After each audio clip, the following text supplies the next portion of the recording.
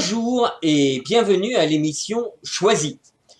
Alors nous sommes heureux de vous retrouver en cette nouvelle saison et en ce début d'année, nous vous souhaitons à tous et à chacun une très bonne et heureuse année. On sait que cette année qui s'annonce d'un point de vue économique peut-être difficile, d'un point de vue aussi politique, d'un point de vue stratégique, il y a de nombreuses tensions dans le monde. Et donc, il nous appartient à chacun d'entre nous, eh bien, de faire des choix pour sa vie personnelle. Et c'est pour ça que nous avons décidé, avec Maître Jean-Yves Côté, d'aborder un thème finalement un peu crucial, important, qui consiste à se poser la question tout simplement de savoir, sommes-nous libres de penser ? Question que peu d'entre nous se posent tous les jours. On est préoccupé par notre travail, on est préoccupé par notre vie quotidienne, pour se nourrir, pour essayer de s'occuper de ses enfants, etc. Mais cette question est quand même fondamentale. Sommes-nous libres de penser ? Bonjour, Maître Côté. Bonjour, Monsieur Poitou. Bonjour à vos auditeurs. Alors, je vous pose la question qu'on s'est posée nous-mêmes. Sommes-nous libres de penser ? Oui, effectivement, cette question est intéressante et je pense que c'est en lien aussi avec nos sources d'information. C'est-à-dire que on pense souvent en fonction de ce à quoi nous sommes exposés, soit dans les médias d'information ou soit dans le réseau d'éducation. Alors, je pense que ce sont deux lieux où nous sommes exposés à un grand nombre d'idées. Est-ce que nous avons nos propres idées nous-mêmes ou si on se trouve plutôt simplement à choisir parmi des idées qui nous sont présentées, soit dans les médias d'information ou dans le système scolaire? D'ailleurs, on le voit, on parle de la pensée correcte, le politiquement correct et la pensée correcte. Et on voit qu'il y a des termes d'ailleurs qui sont aujourd'hui bannis. Il y a des choses qu'on n'a plus le droit de dire. Autrefois, on le disait couramment. Je n'ai pas d'exemple en tête, mais chacun d'entre nous a pu faire cette expérience de dire, écoute, aujourd'hui, là, on dit plus vraiment ça.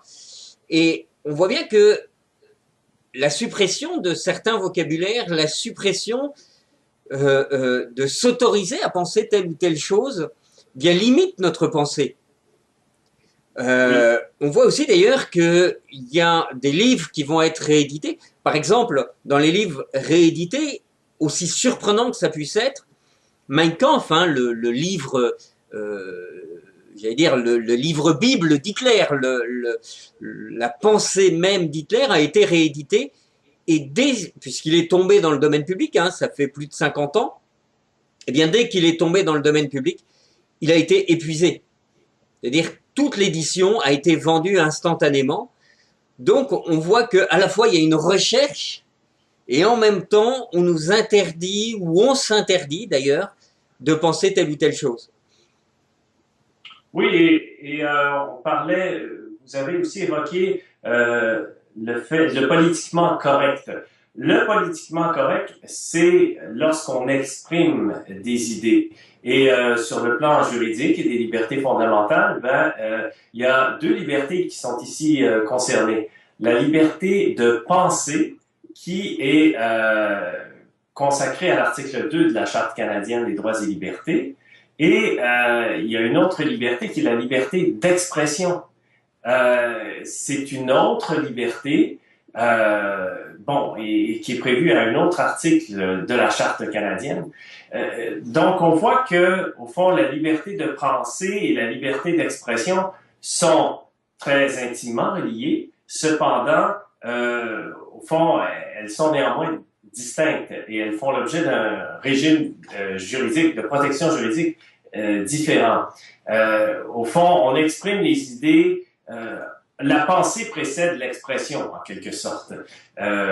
Et je pense que la liberté d'expression, on a déjà eu, vous et moi, l'occasion de l'aborder à quelques reprises durant vos émissions précédentes. La liberté de penser, ça, c'est nouveau. Je pense que c'est la première fois qu'on l'aborde de façon spécifique ensemble à votre émission et je pense que c'est un sujet très, très intéressant et qui mérite réflexion.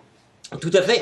D'autant que, comme vous le dites très bien, ça précède notre pensée. Et donc, le fait que on se limite, on essaye de penser politiquement correct, qu'on s'auto-censure finalement, que ce soit par un organisme ou même personnellement, qu'on se dise non, ça, je vais pas penser ça, eh bien, limite notre pensée. Et plus notre pensée se restreint, eh bien plus aussi on devient, est-ce que je vais oser un grand thème, mais on devient esclave d'une pensée commune. Oui, c'est ça. Et comment se façonne la pensée commune? Je reviens aux deux lieux privilégiés que j'évoquais tout à l'heure. C'est les médias, d'une part, et l'école, d'autre part. Il y a d'autres lieux. Regardez ici au Québec, à une autre époque, l'Église catholique était un lieu où se façonnait un grand nombre de notre pensée sociale et individuelle aussi était façonnée par cette institution-là. C'est beaucoup moins le cas présentement, mais il faut pas croire que parce que l'Église catholique a cédé le terrain en quelque sorte, qu'il n'y a pas d'autres institutions, groupes qui n'ont pas occupé ce terrain, le terrain ainsi libéré. Donc, je pense qu'il y a une pensée, ce qu'on appelle une pensée dominante.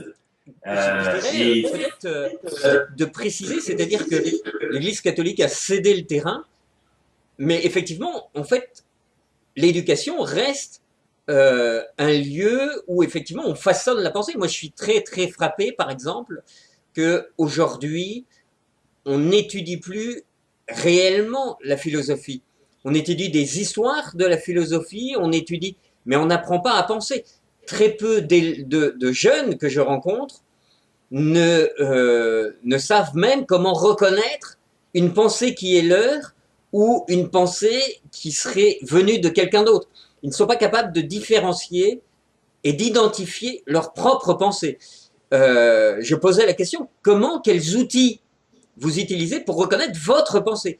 Eh bien, ils ne connaissaient pas les deux outils, je vais en citer deux élémentaires, qui sont l'illumination ou la controverse.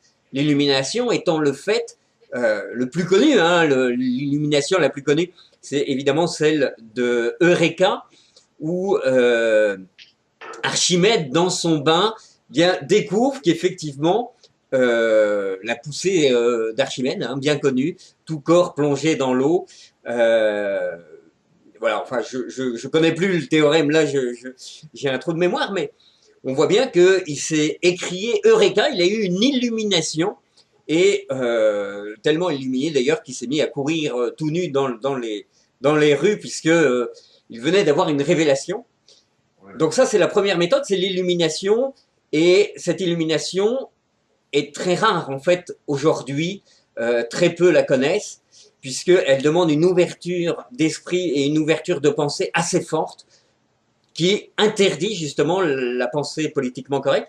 L'autre étant la controverse, c'est-à-dire de pouvoir soutenir la pensée opposée de la sienne. Et à ce moment-là, quand on soutient la pensée opposée de la sienne, je vais prendre un exemple tout bête, si par exemple je crois que je ne suis pas raciste, je dois être capable de soutenir la pensée raciste. Aujourd'hui, vous pouvez faire l'exemple très simplement, et je prends volontairement l'exemple du racisme, eh bien, très peu de gens qui vont dire « je ne suis pas raciste » sont capables de soutenir la position du raciste. Oui, c'est ce qu'on appelle, nous, en droit, le débat contradictoire. Et un procès, effectivement, est basé là-dessus. Il faut trouver la vérité avec une partie qui dit blanc, une partie qui dit noir, et qui s'affrontent l'une l'autre. Et une très, très bonne préparation pour un procès, c'est justement de se mettre dans la peau de l'avocat de la partie adverse et de voir quels sont les arguments qu'il pourrait avancer au soutien de sa thèse de façon à être mieux préparé pour les contrer. Ce qui développe donc la pensée critique. Donc, je pense qu'on est privilégié en droit parce qu'on est amené donc à jouer avec ces concepts-là de façon assez régulière, ce qui nous procure une liberté de penser, ce qui nous exerce, c'est comme si vous voulez faire des exercices là, pour rester en éveil sur le plan de la liberté de penser. Alors que quand on est exposé aux grands médias d'information, on a plus l'impression de se faire présenter un prêt à penser vis-à-vis duquel on n'est pas tellement encouragé à avoir un esprit critique. Je parle là des grands médias d'information, les médias traditionnels comme la radio, télévision, les journaux, mais ce qui est intéressant du côté des médias et qui peut nous aider, je crois, qui nous donne espoir de conserver une liberté de penser, c'est l'apparition de l'Internet. Sur Internet, il y a, je pense, un plus grand foisonnement d'idées. Il y a plus de points de vue qui s'expriment. Tous vos auditeurs, à la limite, pourraient avoir leur propre site Internet ou leur propre blog pour diffuser leurs propres impressions. On voit des phénomènes comme Facebook ou les médias sociaux. Ce sont des outils aussi pour exprimer des idées, pour faire circuler des idées en dehors des grands médias. Auparavant, les grands médias, ce qui les caractérisait, c'est qu'ils avaient des moyens de production, que ce soit des presses pour imprimer des journaux, des réseaux de télévision quand on est à la télévision, ce qui commande des investissements très, très importants. Alors que maintenant, avec l'Internet, vous pouvez vous-même décider de devenir une source d'information à très peu de frais en démarrant votre site Internet, votre page Facebook, ou en ayant une présence sur les médias sociaux. Ça, je pense que c'est un facteur que moi, je vois comme étant très positif pour la liberté de penser. Et on voit bien d'ailleurs que Facebook est un grand moyen pour ça. Beaucoup s'expriment via Facebook, soit en faisant des commentaires sur un article, etc., soit en faisant eux-mêmes, vous le dites, une page sur tel ou tel sujet pour orienter les gens.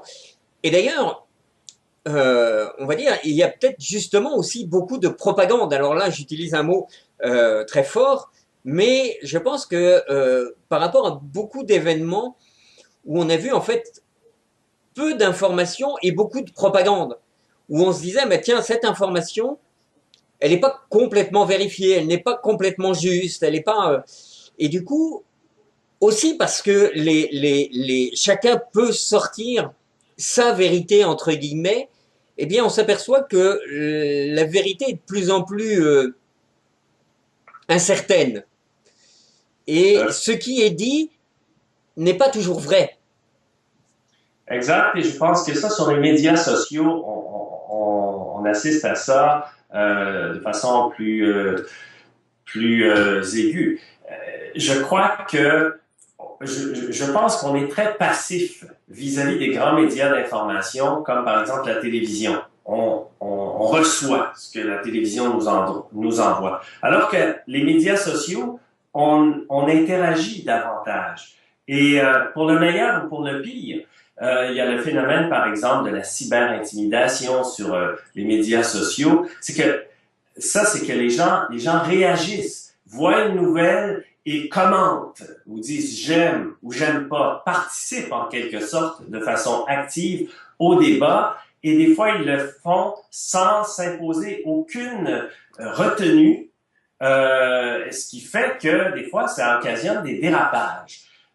Mais une chose me semble évidente, c'est que les médias sociaux invitent les gens à une participation, à un dialogue, un véritable dialogue. Alors que les grands médias d'information, comme la télévision, bon, je ne veux pas prêcher contre la télévision, nous sommes présentement sur la télévision, mais je suis certain qu'il y a certains de vos auditeurs qui nous entendent présentement et ça leur inspire des réflexions, ils aimeraient réagir. peut-être apporter leur grain de sel à notre débat, au débat que nous avons, vous et moi, M. Couettou, ils ne peuvent pas le faire dans le cadre de ce média-là, alors que avec les médias sociaux, bon, ils peuvent envoyer un commentaire, participer à la discussion. Il y a un aspect participatif dans les médias sociaux qui, je pense, vient donner de la vigueur à la liberté de penser. Alors, je ferai une petite correction à ce que vous venez de dire, c'est qu'ils peuvent le faire, mais ce n'est pas reconnu de tous. Ils peuvent, et je sollicite, et je vous remercie d'ailleurs à tous ceux qui le font, tous nos auditeurs qui font cette démarche de nous écrire, mais effectivement, ce n'est jamais connu de tous, puisque quand vous nous écrivez, vous nous téléphonez, eh bien, effectivement, ça reste au sein de la télévision. Alors que dans les médias participatifs, eh bien, c'est connu de tous instantanément. Oui, c'est ça. Et dans les médias sociaux, cette frontière entre la liberté de penser d'une part et la liberté d'expression, je pense que cette question se pose de façon plus concrète. C'est qu'on peut penser ce qu'on veut, mais on peut pas dire tout ce qu'on pense. Il y a certains sujets sur lesquels, quand on s'exprime publiquement, vous avez parlé tout à l'heure du racisme. Et bon, là, à ce moment-là, écoutez, quelqu'un peut avoir une pensée raciste, mais s'il l'exprime, disons que ça va être... il s'expose à des sanctions. Je pense que là, entre la pensée et l'expression de la pensée, il y a une marge. Et je pense qu'avec les grands médias d'information, eux se sont donné des structures, ce sont des journalistes professionnels, ils ont des comités de rédaction, les textes doivent être approuvés. Alors que sur les médias sociaux, ben, écoutez, on s'installe devant son clavier, puis il n'y a pas vraiment de filtre. Donc, si on a une pensée très spontanée, on peut l'exprimer très spontanément et parfois trop spontanément.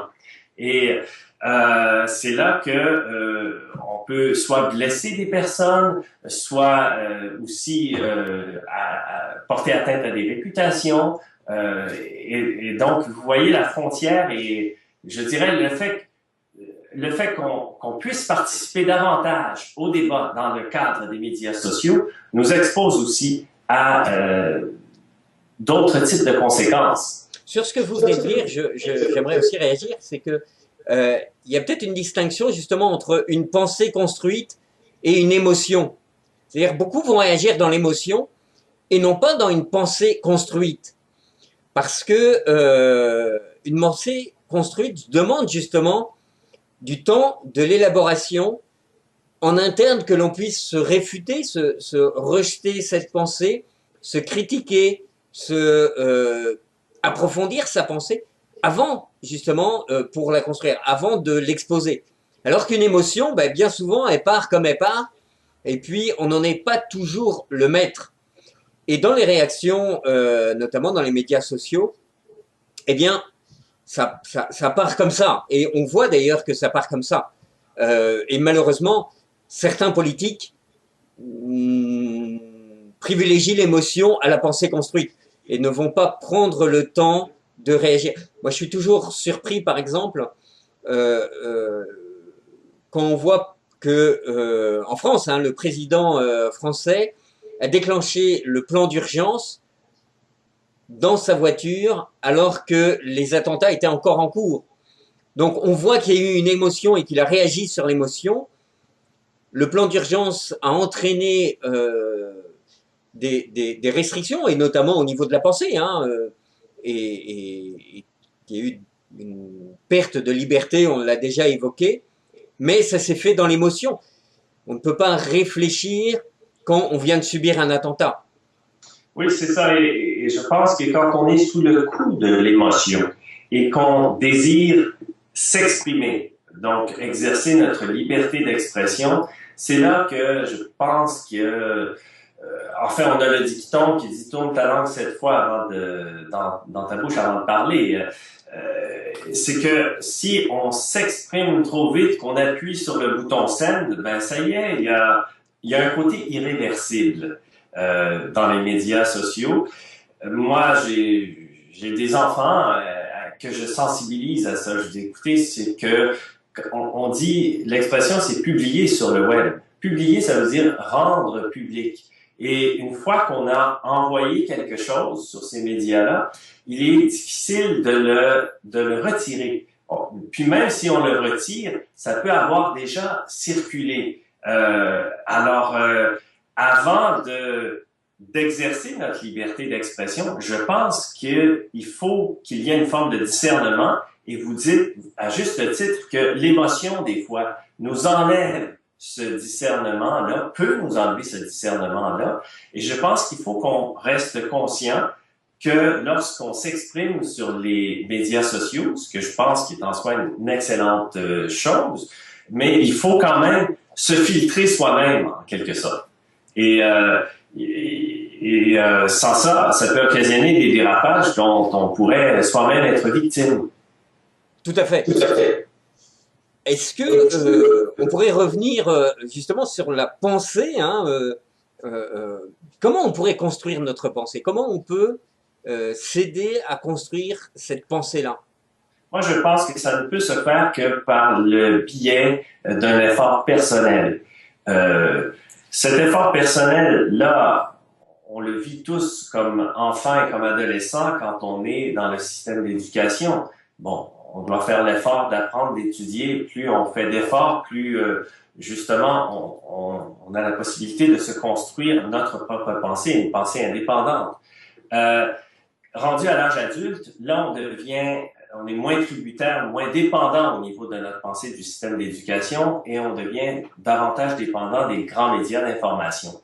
Là aussi, je pense qu'il y a maintenant un effort personnel à faire.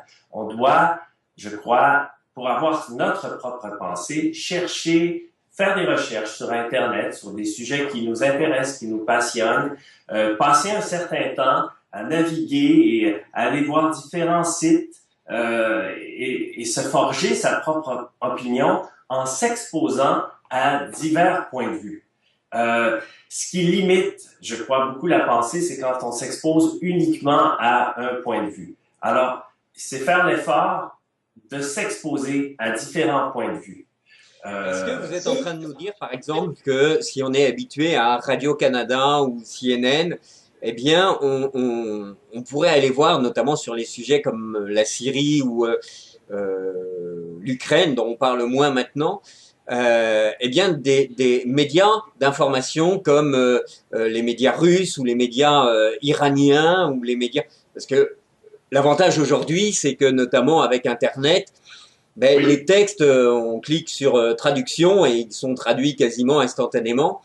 Donc, oui, et voilà, exactement. Vous donnez un très, très bon exemple en matière d'actualité internationale. Ben, avec l'Internet, nous avons maintenant accès à d'autres sources d'informations. Je pense entre autres justement au réseau RT, c'est Russian TV, la télévision russe. Ils ont un point de vue évidemment différent. C'est techniquement bien fait. Alors, je pense aussi au réseau Al Jazeera, qui est un réseau d'information continue du monde arabe. Alors, écoutez, qui diffuse, ces deux réseaux-là dont je viens de parler diffusent en anglais aussi. C'est bon pour ceux qui connaissent l'anglais. Je pense aussi, ils diffusent en français certaines émissions. Alors, quand on va sur ces sites-là, pour les mêmes événements, comme par exemple la crise en Syrie ou la crise en Ukraine, on a des points de vue qui sont totalement différents de ce que nos médias nord-américains nous envoient et ça nous donne un autre son de cloche qui nous permet de mieux choisir ce que nous allons penser. Attention, hein, pour resituer, on n'est pas en train de dire que nos médias nous mentent, on n'est pas en train de dire que les autres disent la vérité, mais on dit juste, attention, ben, on peut écouter d'autres choses. Hein, c'est pas, on ne fait pas la promotion de telle ou telle chaîne de télévision ou d'information, mais juste d'ouvrir pour élargir hein, son mode de pensée. Exact. Alors, je vois que votre émission arrive bientôt à sa fin, mais c'est le défi que je lancerai à vos auditeurs. Choisis ce que tu vas penser, ne sois pas dépendant de ce qu'on t'offre et va chercher choisi de t'exposer à un grand nombre de sources pour pouvoir justement mieux choisir ce que tu penseras personnellement. Parfait. Merci beaucoup. Je vais peut-être rajouter un petit point. Vous avez parlé beaucoup de l'éducation et aussi au niveau de l'éducation, hein, vous-même, vous êtes très bien placé. Ben, on n'est pas obligé, on a déjà fait une émission dessus, mais on n'est pas obligé de choisir un seul type d'école. On peut aussi offrir l'école à la maison ou autre chose. Hein. Oui, c'est ça, et on pourra peut-être aussi revenir sur cette question de liberté de choix au niveau scolaire, parce que ça a une incidence directe, une conséquence directe sur la liberté de penser et comment se façonne la liberté de penser de nos enfants. Merci beaucoup. Au revoir. Merci à vous tous qui nous suivez et à la semaine prochaine.